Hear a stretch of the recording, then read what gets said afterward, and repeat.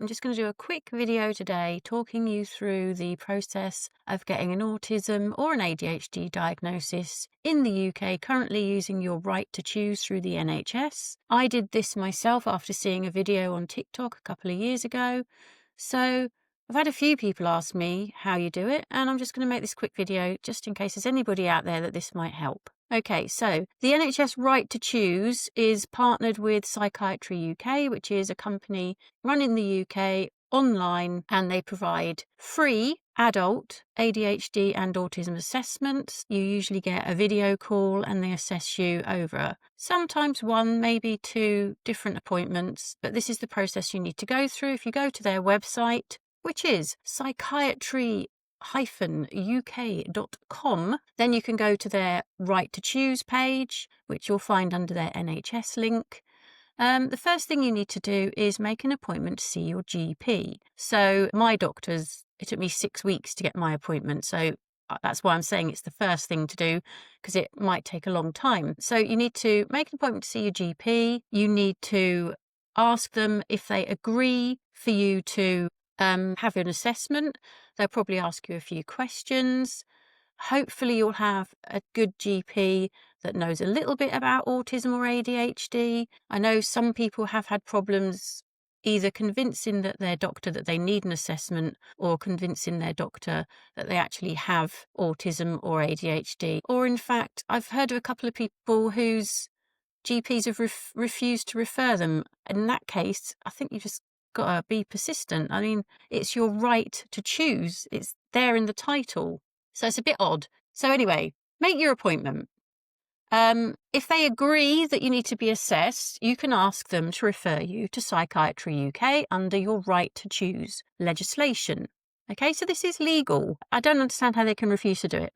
The next thing you need to do is to complete the AQ10 form, which you can download from the Psychiatry-UK website. It's literally 10 questions assessing your autism quotient. So these 10 questions should help your GP to decide if you actually do need an assessment. There's also a pre-written letter on Psychiatry-UK's website, which you can download, and you can just amend your details on that letter and then print it out, and then put your GP's name and address on it, and then hand that to your GP with your AQ10 form. They should then start the process of referring you to Psychiatry-UK. Currently, your referral is taking about 8 weeks to get processed by Psychiatry-UK because they are very busy, as you can imagine. If you haven't heard from them after 8 weeks, you need to contact your GP surgery, find out the date they referred you, because it shouldn't take more than 8 weeks, and then find out if they actually had your referral refused for any reason, or if there's been any reply from Psychiatry-UK to them. If not, you should be able to go on the Psychiatry-UK website, and they now have a live chat that you can actually contact them through, because their other processes are a bit slow at the moment. Once all that is in and your referral has been accepted, you should get an email telling you that they've accepted it. And then you just wait. Let me have a look at their current waiting times. Okay, initial assessment for ADHD is currently up to 12 months. An assessment for adult autism is up to 4 months. The delay additional to that with ADHD is if you decide to go down the medication route, you will probably have to wait another 10 months before you get into this titration system where they actually start offering you medication, and then they'll process that. You give them feedback. It's like a 12-week thing where they monitor you, see if you've got the right medication or if they need to change it and things like that. So they actually do look after you with the ADHD medication, but that just takes a bit longer. So if you want to be assessed for autism, you can get your GP to refer you to Psychiatry-UK, and you will, after an 8-week wait for them to actually register you through their system, you only have to wait up to 4 months to get your assessment. I did this for my son. He didn't have to wait very long at all. It worked perfectly well for him. after you've been accepted and you're in the process and you're waiting for your appointment, you will be sent links to forms to fill out. You must fill these out. If you don't fill them out, then nothing's going to progress and you'll just fall back off the system and you'll have to get re-referred if you want to go through the process again. They are lengthy forms. It's a lot of questions. It's questions about your childhood. You need someone else as a representative to fill out forms on your behalf as well.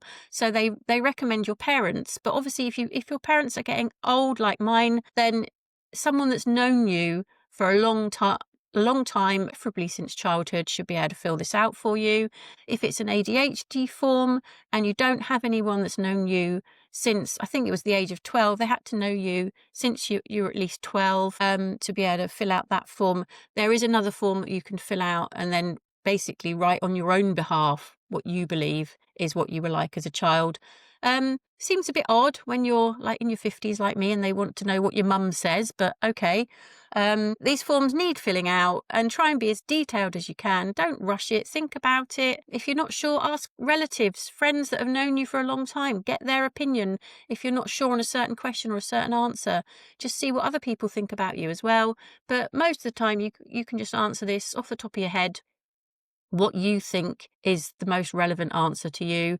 It's going to be one of the questions is going to be like the check boxes. Is it sometimes, all the time, most of the time, that kind of thing. But other things like they want to know what age you learnt to ride a bike or something like that. So you might have to stretch the old grey matter a little bit if you're trying to remember that. Once you've filled out all your forms, you'll just be in a process where you're waiting to be seen. You will get communication. In fact, you will get the forms sent to you through Psychiatry-UK's patient portal. They'll give you login details and you have to access the portal yourself. There'll be information about you, which you need to fill out. You need to provide, identification, ideally a photograph so they can ID you when they speak to you. If you don't do that, again, that will delay the process, or it could even end up with your referral being cancelled and you'd have to start all over again, which is what my son did, so don't do that. Once you've got patient portal up and running, there's a section on there where you can ask questions, but they are currently really behind. So if you want quicker answers to your questions, use the live chat. That is usually a much better option at the moment. Once you get an appointment date, they'll send you a link to book your own appointment. You can go through on your phone or your computer, whatever, and choose an appointment time and date that suits you. Ideally, you might want to research some of the doctors that the assessments are with, just to make sure that you think that they've got the knowledge needed. I have autism and ADHD, so ideally when I was trying to find someone to assess me for ADHD, I wanted to make sure that they were familiar with autism as well. So I had to look into a few people and chose someone and then managed to get a date for that.